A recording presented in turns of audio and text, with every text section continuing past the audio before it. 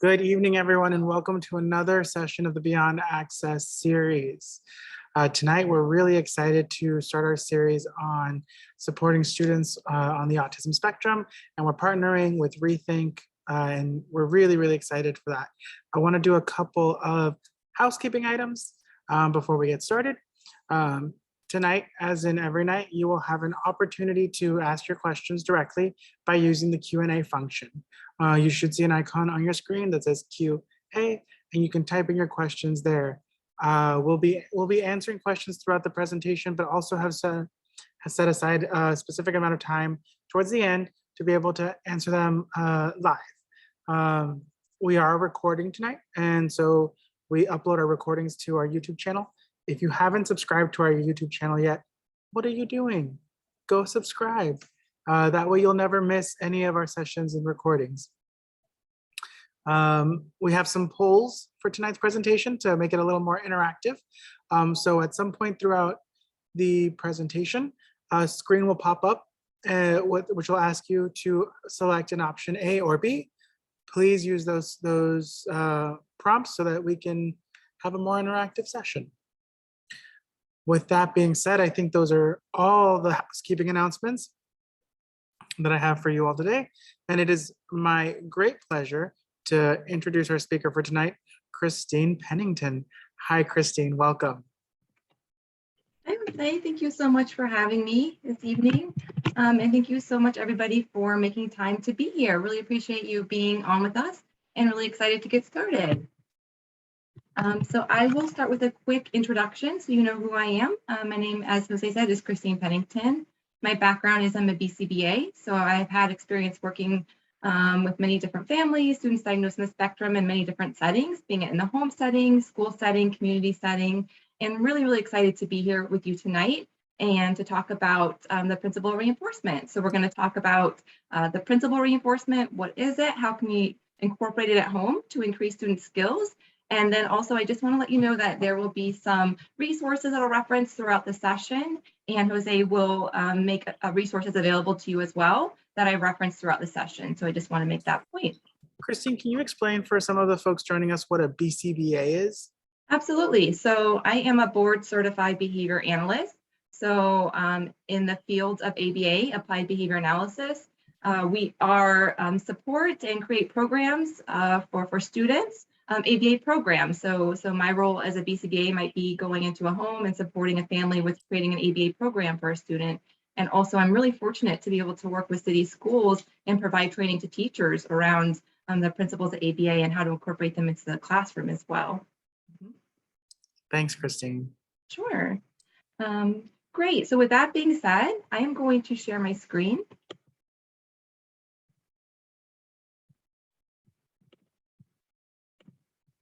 And we will jump in.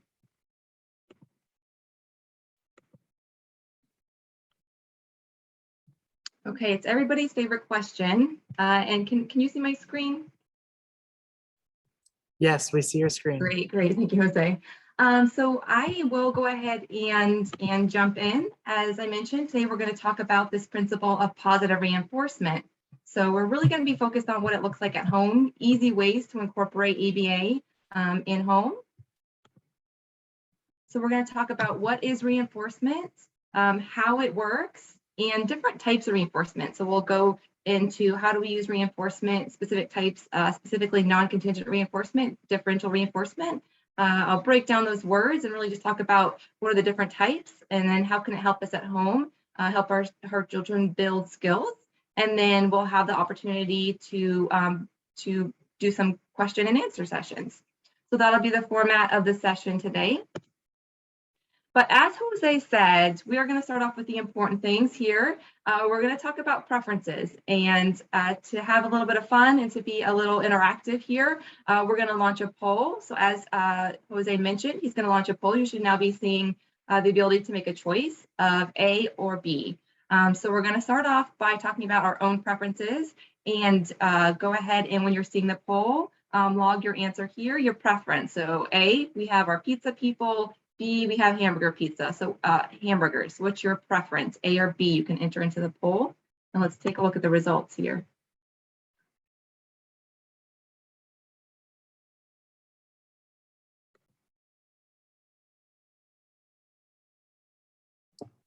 All right, folks, don't be shy. Select on your screen. What do you prefer, A or B?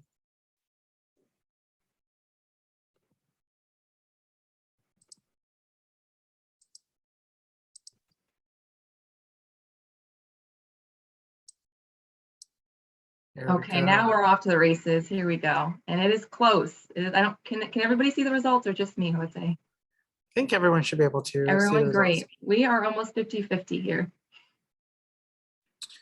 Exactly 50-50. Look at that. Wow. Yeah. Very, very close. This was surprising. We were trying to guess before the session which way this was going to go. And it is very neck and neck. Okay, so right now we have pizza and a slight lead at 50%. Hamburgers very close at 48%. I think we have all of our results in, it looks like.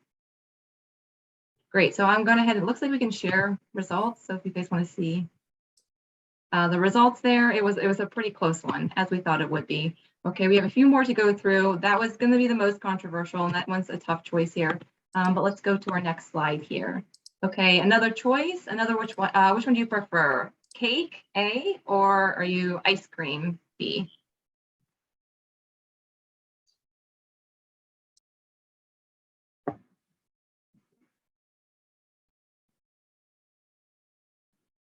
Okay, this one is surprising. Ice cream in the lead pretty heartily.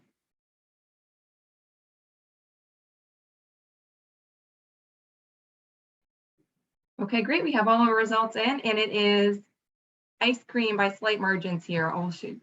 Thank you for sharing the results. Very close. Okay. I think we have one or two more, and they get a little bit easier, I think, after this. What about this one? Coffee or tea? I think I know.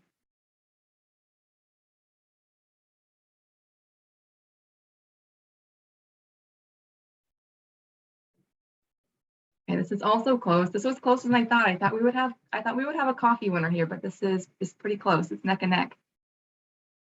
Okay, so we are at about 54% coffee, 46% tea. That's closer than I thought. We have a lot of tea folks on here. Okay. Great, thanks for the share. All right, we landed at 54% coffee, 46% tea. That was a close. Oops, sorry about that. All right, I think we have two more. And I think they get a little bit easier, but I'm curious to see what we get here. So we'll launch the poll one more time. Yes, this is a little bit surprising. So A, Monday, B, Friday. What's your preference? And these are consistent with what we thought we would be seeing pretty heavily Monday, but we do have folks picking Friday, but we do have folks picking Monday. So we're at 89% Friday and a handful of folks with Monday. 90-10. Great, thanks for the share. And this one was pretty predictable. We have 90% Friday and 10% on Monday. And we have one last one, another divisive one, kind of like pizza and hamburgers, but this one is cats and dogs. A, cat person, B, dog person.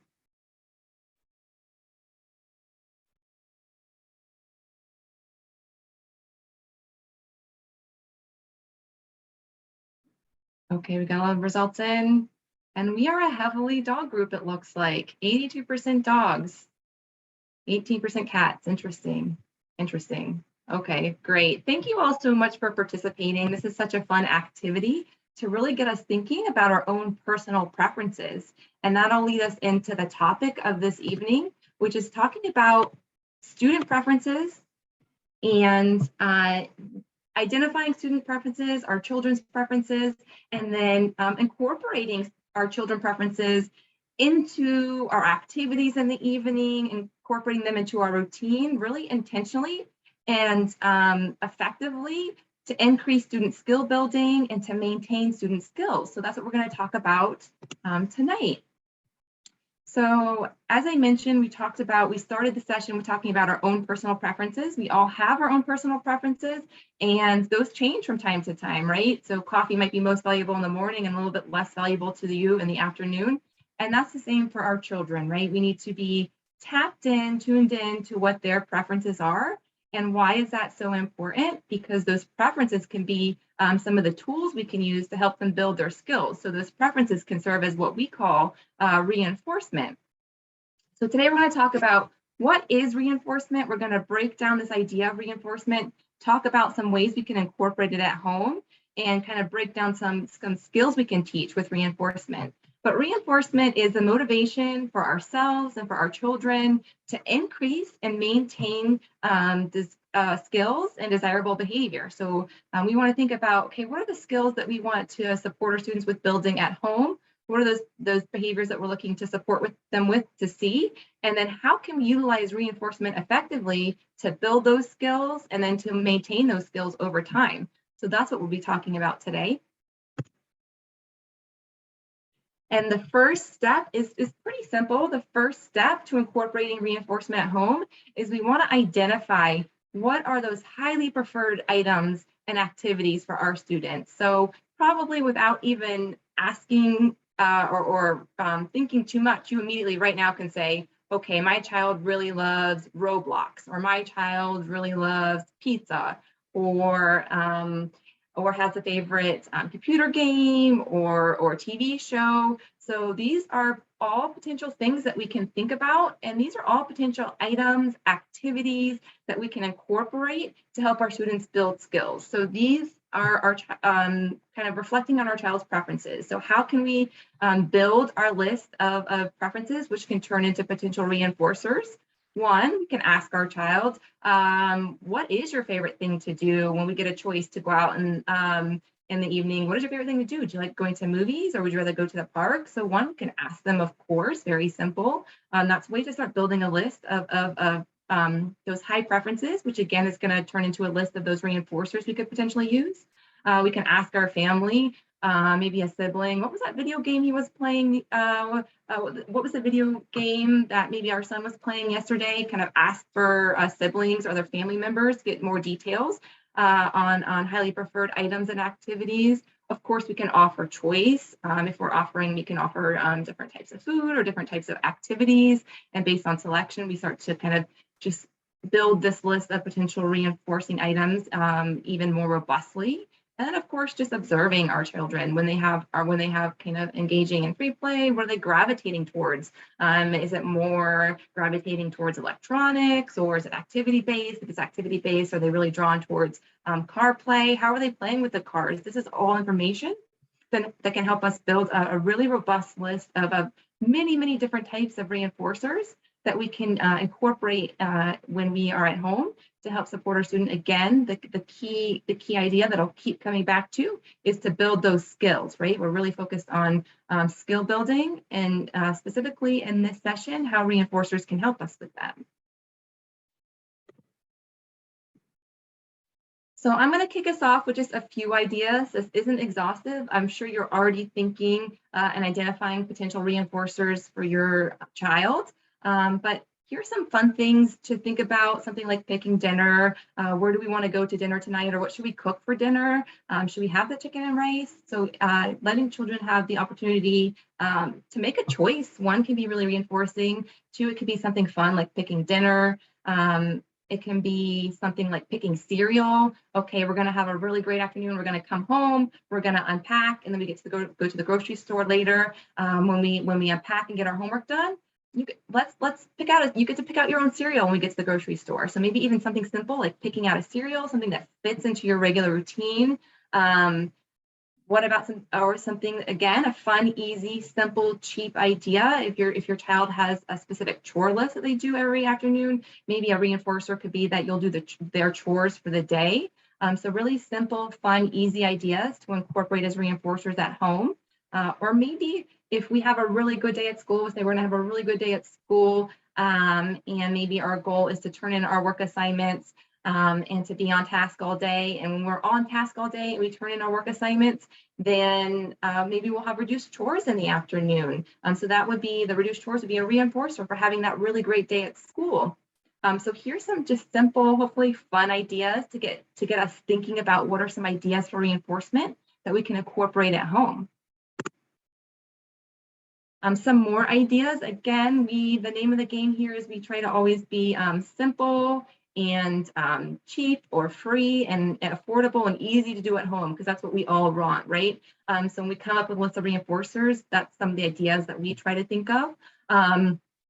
So I'm sure your spending time with you is very valuable. I'm sure your child loves to have access and attention to you. There's lots of things likely going on in the afternoons. It's very busy, and maybe that one-to-one time with you is very valuable. So that could even be a reinforcer.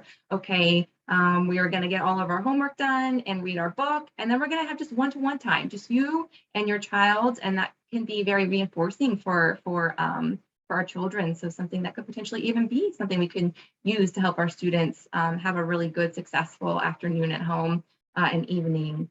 Something that I know a lot of teachers use is something like cotton balls in a jar to be cashed in. So you could do something simple at home if you have any kind of empty jars. Children can, when something really great happens at home, oh my gosh, you got all of your homework done. That's so great. Let's put a cotton ball in the jar. And then once the jar is filled up, they get to pick what they want to do. So maybe it is, okay, when the jar is all filled up, we will go pick out that video game that we've been talking about all month.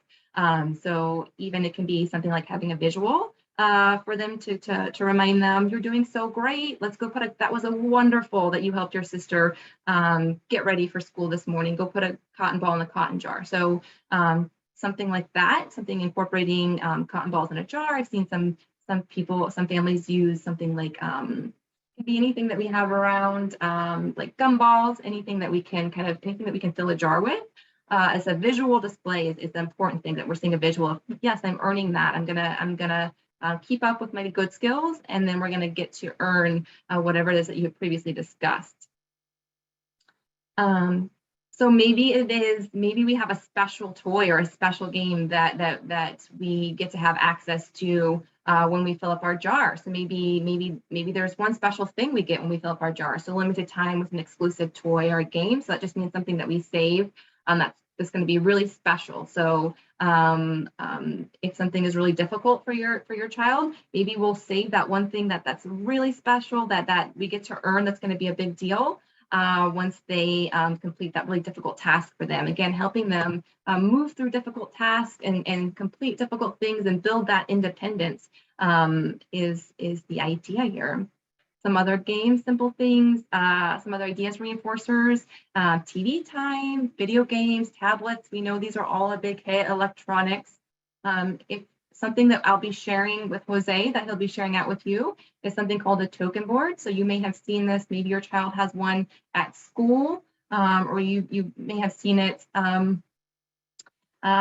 in school, or maybe if your student is kind of working in school, most likely you would see a token board, but you might have seen one in your home setting as well. But what a token board is kind of similar to the jar where you're filling the cotton balls when your child is doing something they're building a skill, they're being successful. So things that you're going to determine with them in advance. So, okay, we are going to unpack our backpack this afternoon. We unpack our backpack and we take out our homework and we complete our homework. We're going to earn a token. And then you can see as you put them on the token board, once the student fills all of those tokens on the board, then they can access that reinforcer, whatever you've decided ahead of time. So maybe we're going to put all of our tokens on the token board. We can earn tokens by unpacking, by putting our backpack away, by getting out our homework, by completing our homework. And once we've done all of these steps, then we'll earn all of our tokens, and then we can earn, maybe it is the TV or the video game, whatever it is you've decided that's a preferred item or a reinforcer for your student. So a token board is something that will be included in the share outs that we'll be sharing with Jose. It will be shared with you. If you're interested in trying one, there are instructions at the top of the token board. So please feel free to take a look at those if you're interested. They will be included in the share out after the session. Puzzle pieces. Another simple way, if you want to try something like a token board, but these do need to be printed. So I know a lot of us are now completely virtual. A lot of us don't have access to printers because everything's electronic now. If you have a puzzle that just has a few pieces on it, maybe 6 pieces, that could be like a token board. So instead of putting our tokens on the token board, say, okay, let's decide what skills we are going to work on at home to teach our students independence and to be successful. And then every time we see those skills, we can earn a puzzle piece. And so a puzzle piece would serve similar to a token board. So we'll earn all of our puzzles into the puzzle, all of our puzzle pieces into the puzzle. And once our puzzle is complete, then we can have family TV time, or then we can have our independent tablet time. So a puzzle board, if you want to try something like a token board, but you don't have a printer at home, if you have a puzzle board with 6 pieces or so, that could be something to try as well. So the process of reinforcement, those are some ideas of what reinforcers could be. I'm sure you're thinking of several other reinforcers that might be reinforcers, reinforcing items or activities for your children. So those are just some ideas to get thinking about what are some things I could try and identify as potential reinforcers. So the first step to incorporating reinforcement at home is to think about those items that that are really highly valuable to your children. And then the next step, equally as important, is to think about those skills you want to see. So what's something really important to you and to your child that's going to help them to be more independent and to build their skills at home? So that's step 2, really thinking about those skills that you want to support your child with building. And then once we have identified our potential list of reinforcers, once we have identified those skills that we would like to see at home to support our child, then we can start incorporating reinforcement into the afternoon, into the weekend, and those are the steps to incorporating reinforcement. So now I'm going to walk through some examples of what that would look like. So the really important thing with reinforcement is to always remember that the reinforcer comes after that skill. So let's think of an example here. So the example is every time your child asks for something in an appropriate way, using manners, he gets praise from you. So if your child is asking really appropriately to have access to really appropriately to have access to the computer, but he comes to you really appropriately, uses great words, he's very uses great manners and says, hi, hey, all my homework is done, can I please get on the computer? Then you can give behavior specific praise, like, wow, I like how you ask really nicely to get on the computer and all of your homework is done, that is great. And then we might decide, okay, go ahead and we can set the timer and we'll do 15 minutes on the computer. So behavior specific praise is really great. We want to use, we want to kind of describe exactly what we saw that was awesome. And then we want that reinforcer to come after the skill we're trying to build. So let's go back and talk through that example. So in the example I just gave you, the skill that we wanted to build was homework, right? So we want to come home and get our homework done independently. And then what came after that? 2 things, asking appropriately for the computer, so using those really great language skills, and then 2, getting access to the computer. So that came after completing homework.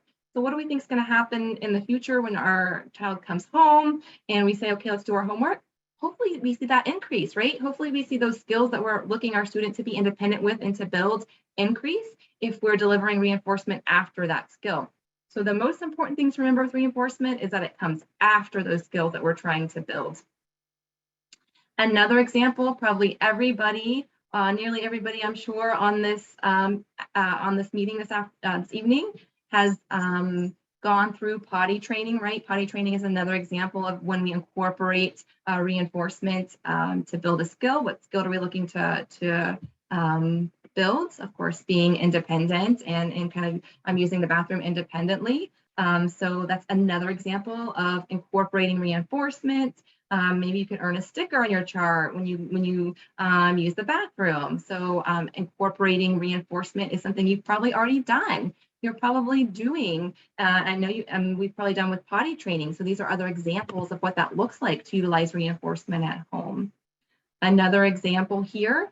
So let's say, okay, we had our child was playing and we have a little bit of a mess going on in the living room and you're trying to rush out. And so you say, okay, if we clean up 10 Legos, you can go outside and play your bike and play on your bike. Okay, so what are we doing here? first we pick up the Legos and then we play on the bike. So the important thing is that we just set clear expectations of what we expect here. Maybe all the Legos was too much. So we just picked 10 Legos. Okay, let's pick up 10 Legos. And once we picked up our Legos, then we can go outside and have bike time. So again, it's another example of that reinforcer being on the bike, coming after picking up the Legos. And what do we hope might happen in the future when we say pick up your Legos or help pick up your toys? Hopefully we're helping him build that skill. Okay, I picked up my Legos and now I'm building that skill of cleaning up and helping out and being helpful around the house. So that's another example. Another example down here, if you tell your child that she reads a book for 10 minutes, or again, this will be specific to your child. Maybe for your child, 5 minutes is where they're at right now with reading independently. Maybe for your child, you've been practicing this for a while at home and now you're up to 15 minutes reading independently. This will be really up to kind of your child, but whatever amount of time you say. So we say, let you tell your child, okay, let's read a book for 10 minutes. Then we can bake cookies together. And then that's a really fun activity, a reinforcing activity of not only baking cookies together, but having that one-to-one time, having your attention. So getting to spend time with you, which is can be really, of course, really valuable and a huge reinforcer for our children. So another example, and just want to highlight in this example, a few things. So one, we had really clear expectations, right? We had in our head, this is the skill I'm looking to build. This is what I want to see my child successfully doing. So I said, okay, let's start a timer. We're going to read a book for 10 minutes and then also really clear about what comes after. Okay, we read a book for 10 minutes and then we're going to bake those cookies, right? So a few things that are happening here. We're very clear with our expectations. We have a great reinforcer coming after it, and then we deliver that reinforcer. We bake those cookies right after she finishes reading. So another important thing that I do want to mention here, when we're talking about incorporating a reinforcement at home, it can be pretty simple, pretty easy. You're probably already doing this quite a bit, but these are the important pieces of it, is to be really clear with expectations. What exactly are we expecting our child to do? And then being really clear to let them know what's going to happen after. So, okay, we're going to read a book for 5 minutes, and then we're going to bake cookies for 10 minutes. The other really important thing here, which I know is hard and things get busy, is that we're really consistent with delivering it. So if we say to our child, okay, we're going to read a book for 10 minutes, and then we're going to bake cookies, the really important piece of this too is that we do bake cookies and that we do it pretty quickly after him or her reading the book, just because this is a really important piece of it. That reinforcer should come pretty quickly after that skill we're looking to increase. So these are a few more examples of reinforcement. And another, hopefully, I think pretty fun reinforcer idea. So we really try to be fun and creative with our reinforcers here. So this is an example of just another way to incorporate reinforcement at home. A big component you'll see is the visual here. So something we'll keep coming back to is being very clear and concise with expectations. And also something really great and helpful is visual reminders. So in this example, the particular skill that the family was working on is keeping hands to yourself. So in this particular instance, this was a token board I remember used for a family that the child was going out in public and kind of working on personal space, so that they came home and they said, okay, we're going to work on personal space at home. So when we keep our hands to ourselves at home, we're going to earn, we're going to move our car a spot on the board. So if you can see the board here, every time that the student was, for every hour the student was able to keep his hands to himself, his car moved a spot on the racetrack. And then what this family had decided is when we get to the end, we are going to go out for frozen yogurt with dad. So some different creative ideas on how to incorporate reinforcement to build skills. Again, breaking down this example, what skill was being taught in this particular example is working on keeping our hands appropriately, right? Our hands to ourselves, a really important skill, especially when we're out in the community. And so how did they work on this skill? by moving the car forward on the board, on the racetrack, every time they saw their child at home doing a really great job of keeping his hands to himself. And then at the end, he made it to the end of the racetrack and he got to earn the reinforcer, which was getting frozen yogurt with dad. So this is a more of an elaborate reinforcement system. You don't have to get this elaborate with yours at home. They can be really simple, really easy. Just want to give an example of a few different ways we can incorporate reinforcers at home.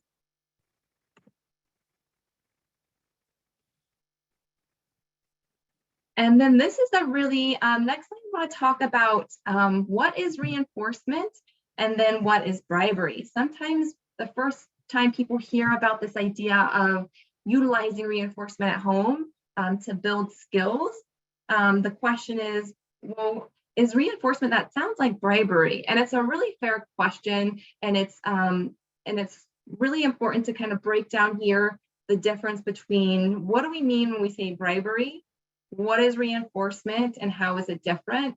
And the reason that it's important to make the distinction is because we want to make sure that if we're utilizing this idea of reinforcement at home, that we want to make sure that we're using what's in this column here, the positive reinforcement column, and not in the bribery column. So I'm going to go through and just quickly highlight the differences between what it would look like if we were using bribery and then how reinforcement's different.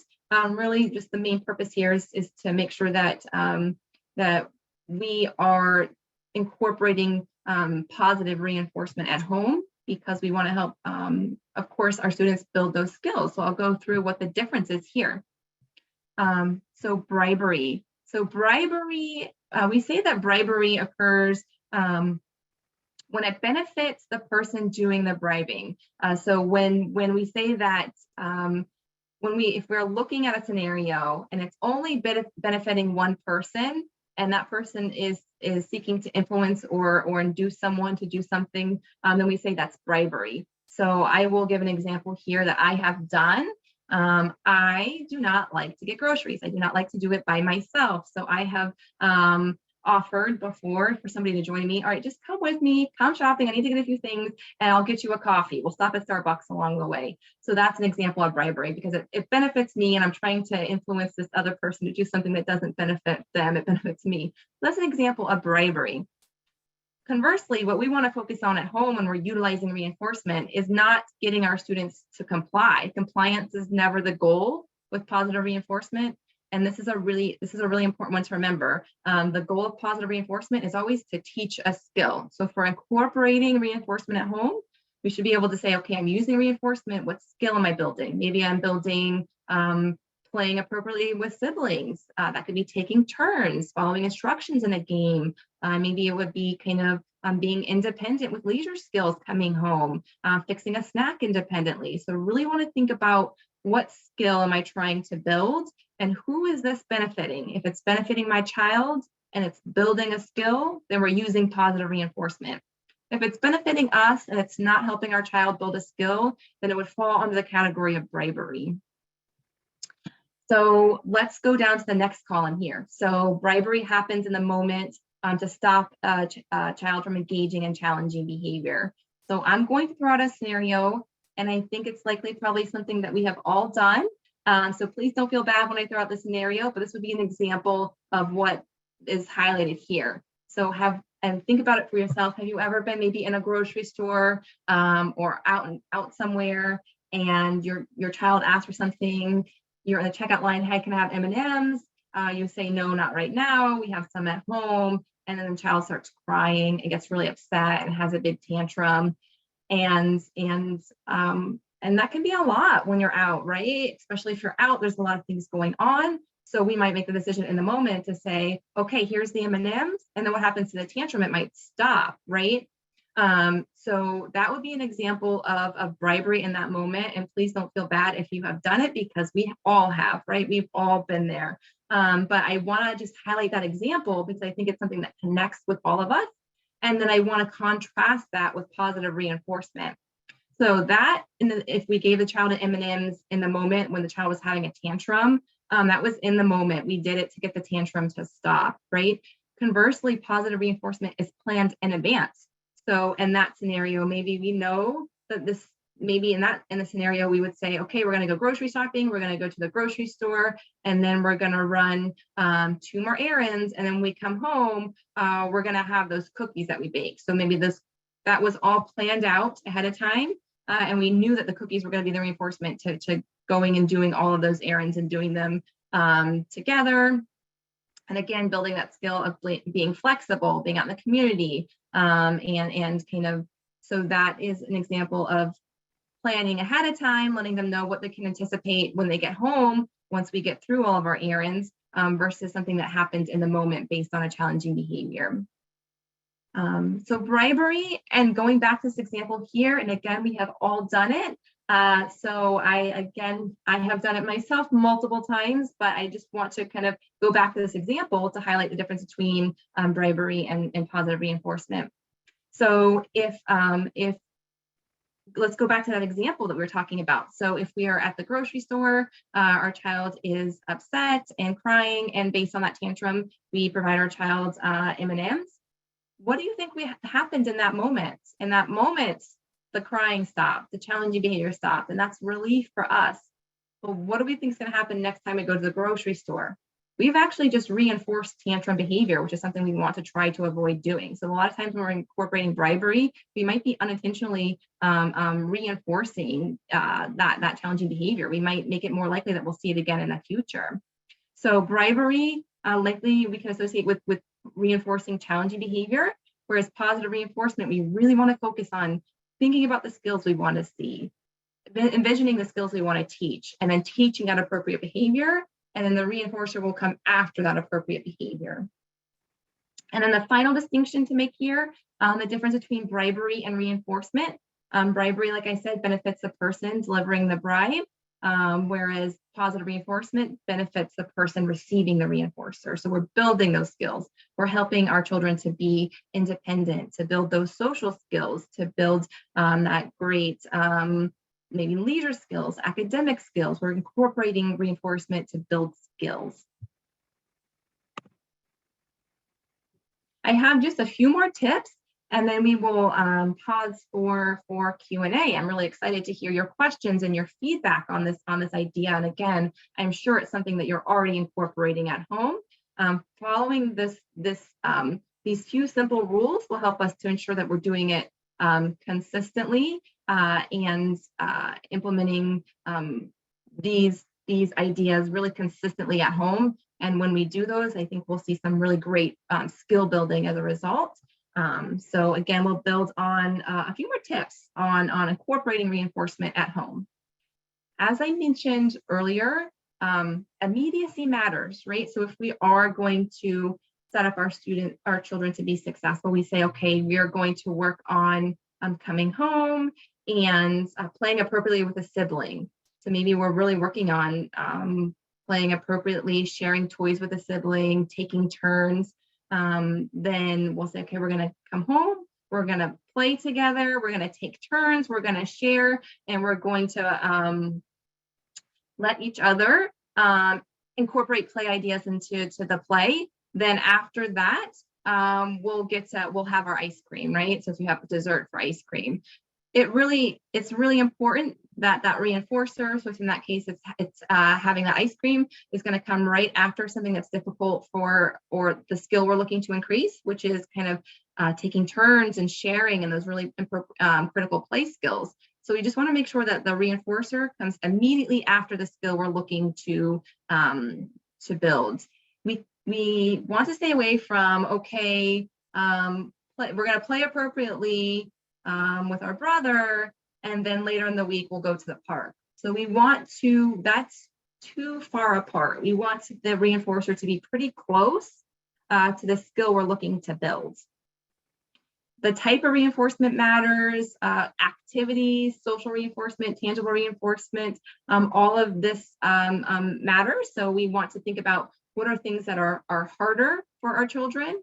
Let's give those high value, those highly preferred items. And that's really important. We want to match how difficult something is to how valuable that reinforcer is, just so we really celebrate their success. Wow, that was really hard for you. Here's something that you really, something that they're really, really gonna like. So the type of reinforcement matters.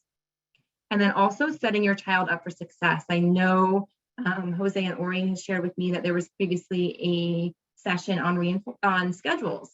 So something like a visual display, a visual schedule, if we want to clearly lay out, okay, here's a schedule for coming home in the afternoon. Let's look at our schedule and practice. Okay, first we're going to take out our folder from our book bag. Then we're going to put our book bag back in our bedroom. We're going to complete our homework. We're going to put our folder back in our book bag. And then we're going to fix a snack. And then we're going to play on the computer. So something else that will be shared with you in the materials, that'll be a follow-up from Jose, will be a visual schedule, which I know was also another session that was offered in partnership with the city. And so something like a visual schedule will set your child up for success. So you have a vision in mind of the skills you want to teach, which is being independent, unpacking. You have a visual schedule. You can have pictures to remind them of the steps for unpacking. And then you can even have a picture of the reinforcer at the end, right? So a picture of here's the steps of unpacking, and then here's what I'm going to earn when I unpack and I'm really independent coming home from school. So what are we building? Student independence. We're setting them up to be successful. We have clear expectations, maybe even a visual support, like a visual schedule. And then we have that really great high value reinforcer, which might be something like computer time that they can see on their schedule. So really we want to think about the skills we're trying to build and then set our children up to be really successful. As I mentioned before, behavior specific praise can be really powerful. Wow, I love how you helped your sister put on her shoes this morning getting ready for school. You are such a great big brother. So being very specific when we're praising our children can be really powerful because they know exactly what they did and we're more likely to see those things happen in the future. There's something called the pre-MAC principle, and it's exactly what we've been discussing. First, then. So first I'm going to do my nighttime routine. I'm going to take my shower and brush my teeth. And then I get to play a board game with mom and dad. So something, the pre-MAC principle is just first, then. Again, that reinforcer comes after the skill that we want to see increase. Something else that's going to be included in the packet that Jose will be sharing with you is a first, then board. And it's another visual. And it's just another visual reminder, again, helping support our children and setting them up to be successful. And it's just a picture of whatever you want to put first. So first, if it's getting ready for bed, so first we're going to take our shower, brush our teeth. Then we're going to play the family board game. And it's a visual so they can see it. We can remind them, help them set them up to be successful. So then we have that skill we're looking to build is being independent with getting ready for bed. And then second is what we're going to do afterwards, that reinforcer. We're going to get to play our family board game before we go to bed. So these are some tips to remember. We can use a very thick schedule of reinforcement. How am I doing on time, Jose? I feel like I should probably, you can throw me a chat. I will wrap up here. We have a few other points, but I think this is a good stopping place on time. No, we have a few more minutes, so. Great, oh, great. So a thick schedule reinforcement. So something to think about again is how hard these tasks are for our students. So if something is very challenging, we can use what we call a thick schedule reinforcement.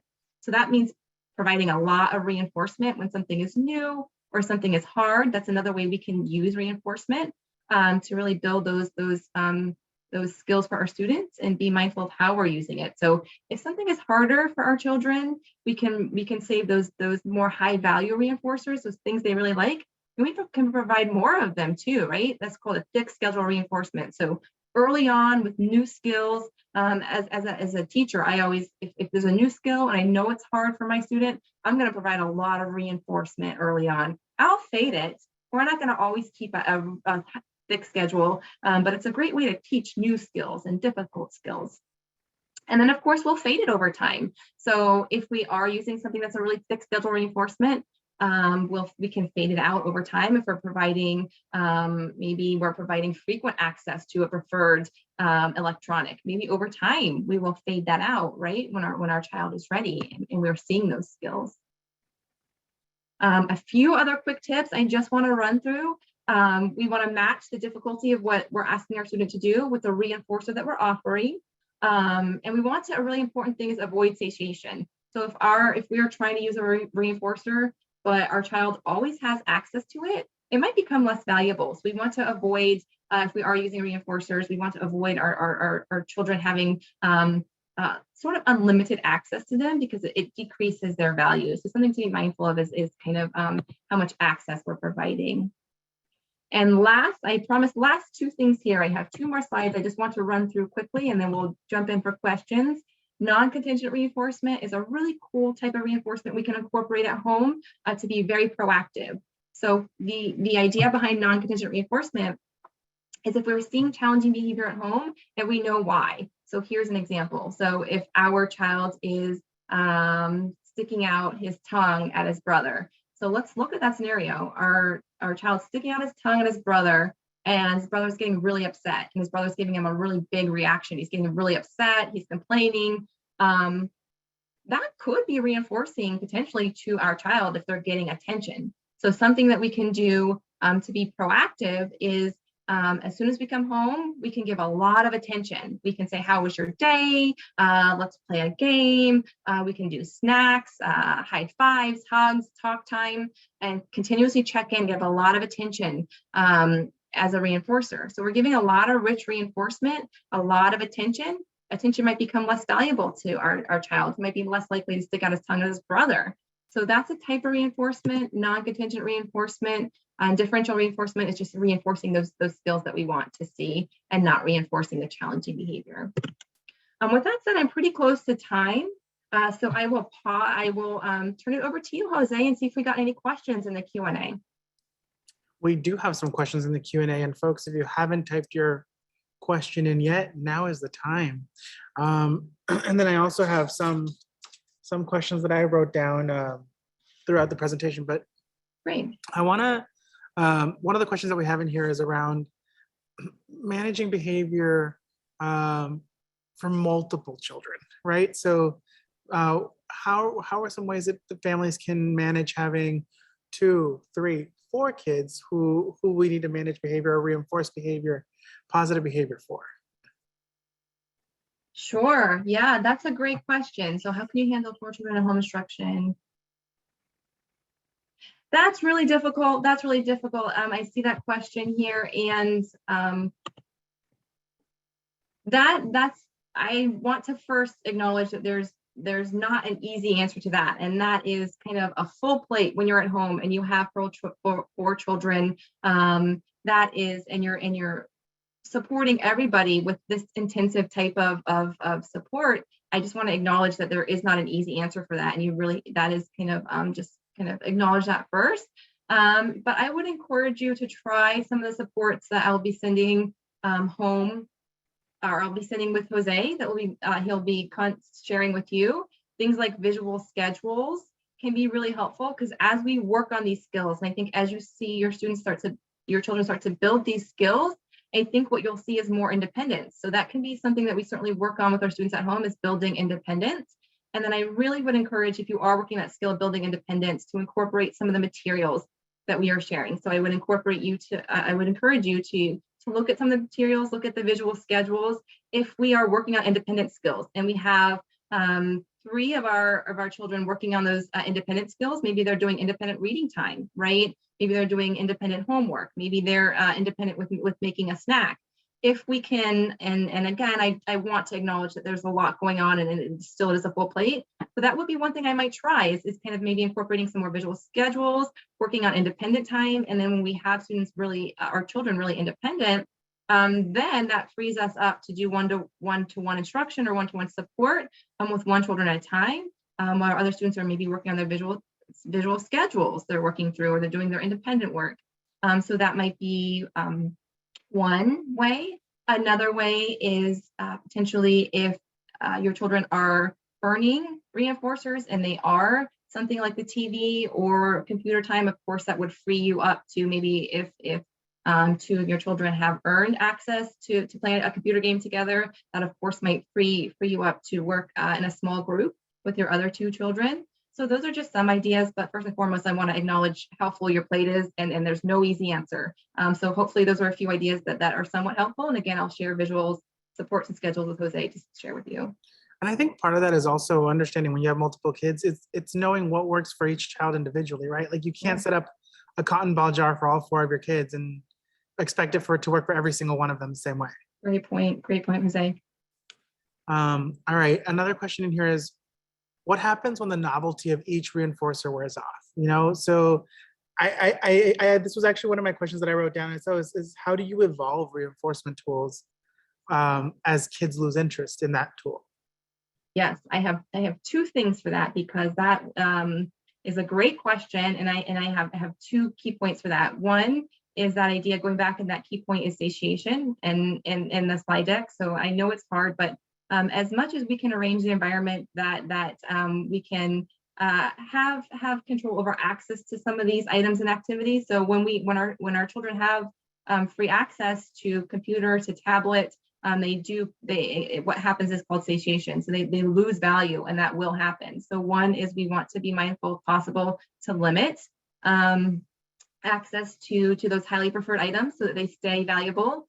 Number 2, I would really encourage everybody to keep trying new things. Equally as important, to be really creative and think about, okay, if you're observing that your child really likes Roblox, then maybe we can go online and see if we can print a Roblox coloring sheet, or keep kind of try to be as creative as possible when you're noticing these preferences, and see if you can expand their interest, because that's going to do a couple of really great things. One, it's going to give you a lot of great reinforcers, so they don't get as satiated. Those reinforcers don't lose value if we start to expand their reinforcers. And 2, we can start expanding interest, right? As we're looking to grow our list of reinforcers, we can help our students, our children, to continue to grow their own interests as well. So I would do those 2 things. One, I would, if possible, try to limit free access to items and activities, highly preferred items, activities, because they will lose value if children have free access. And then 2, keep trying new things, keep being creative. Again, asking your child, going back to those ideas of generating ideas for reinforcers, asking your child what they're really like right now, what video game is their favorite. Keep trying to be mindful of building that list of reinforcers, because that will happen. They will lose value, and it'll become value again. So it's valuable again. When you have that big list, that can be one way to mitigate that effect. Mm-hmm. So there's a really interesting question in the Q&A around using food as a reinforcer. And I know you talked about like that moment of like giving the M&Ms as a bribe and those sorts of things, but I think the question is valid of how do you manage using food as a reinforcer, but also be cognizant that could also lead to creating issues around our relationship with food, right? So like, now I'm saying that like every time I do what I want, I get a cookie, right? And cookie means I did good. How do you navigate that and make sure that it stays as a reinforcer and doesn't grow into that world of creating a food issue for my child? That's a really great question, Jose, and that's, I think, the first time I've had it posed in that way. But outside of that, I think that really it's up to you whether or not we call it edible reinforcement. It's really up to you whether or not you even choose to use it. Some folks just, it's a preference, a personal preference to move more towards things like games or activities, or maybe the iPad or the computer. So I think that's a great point, Jose. And if that is kind of a valid concern that folks share, I would encourage you to kind of think about alternative outside of using edible reinforcement, because there's plenty of other things. You know, we have games we could play, high fives, hugs. We can incorporate things like, the computer's always a hit, tablets, coloring together. So I would encourage you to look outside of edible reinforcement. And certainly that's something that a lot of folks do, and it would be totally fine. So it's up to you. And also, if you're choosing to use it and it works for you, I think that's also fine. It's a total personal preference, I would say. I also think that in the same way that we wouldn't use the same reinforcement tools for every single child, we should use, how do I say this? We should have a wealth of resources for reinforcers, right? So it shouldn't, like, it may not be appropriate for your child to only receive edible reinforcement. Maybe you want, like you were saying earlier, Christine, like maybe you need to have a mix in there and say, maybe food is set for spectacular things. Like Mhm. that cookie, that Oreo is set for things that like are an amazing day that happened. And the rest, it's high fives, it's tablet time, it's, you know, whatever are those other things that bring joy. I think that's a great point, being very strategic about when to incorporate it. Edibles in particular food can be very high. There's benefits to using them. One is that they're gone quickly. We can move on. So if you are working and you see something really great and the student and your child did something that you want to reinforce immediately, we can use an edible reinforcer and then move on and continue with reinforcement and continue the task. So there's benefits to using that, and there's like you said, there's things to be cautioned about, as the point you raised, Jose. And to your point, I like your idea of maybe just being reserving it for only some scenarios and then building out those reinforcers for others. I thought that was a great idea. I know we're running up close on time, but there's a question in here that's, I'm not really going to pose this as a question, but really just more of as like an acknowledgement that as a parent, this can be difficult, right? You know, and someone wrote that it can be exhausting to constantly have this be a part of their life at home. And yes, it can be, absolutely. I think the thing is, what we are always trying to do as part of the Beyond Access series and when folks are growing families is you have to find the balance that works for your family, what works for your home. If it seems like a chore, and this is just my opinion, Christine, feel free to say, Jose, you don't know what you're talking about. No, please. But what I think is, if you find out, if you're employing a method that doesn't work for your child, or let's say it does work for your child, but feels exhausting to you, you're not going to stick with it. You need to find something that's going to be a good balance for you and your family. And that might mean some trial and error to find something that's not exhausting. Does that sound right to you, Christine? I don't want to step on your point because I thought it was beautiful. Exactly. Well stated, Jose. You know, I focus so much on what works for your child, and to your point, equally as important and is how it works for you. So I thought it was a great point. If you know, some of those systems were pretty elaborate, so maybe you pick something that works for you. Okay, I just really want my child to come home and fix his own snack and just give me, you know, I get 5 minutes to get my things wrapped up. And so maybe you just work on, hey, we're going to work on fixing your own snack. And that's it for right now. Right. And kind of incorporate reinforcement. And that's what works for you. And that's great. So I totally agree. Jose, equally as important to everything we discussed is what works for you at home. That's absolutely important. Also, that what you just said is it's okay to start slow. Start with one skill, just one. And then grow from there, and don't try. I think one of the things that as human beings we do is we sometimes go hard and fast and go all in, and this might not be the one type of thing that you want to go all in on right off the bat. You might want to ease into it. Christine, it was so great having you tonight. I really appreciate it. I know we're a little over time, but could you give us, and I'm putting you on the spot here, could you give us a little preview of what's going to happen next week? Yes, absolutely. So next week we'll carry on and talk about you actually have to help me, Jose, because like the order we put them in, we have 3 coming up. So I think I'm gonna have to phone a friend. Ori, what do we have slated for next week? We have 3 exciting topics, and we were debating the order, so we'll see what we landed on.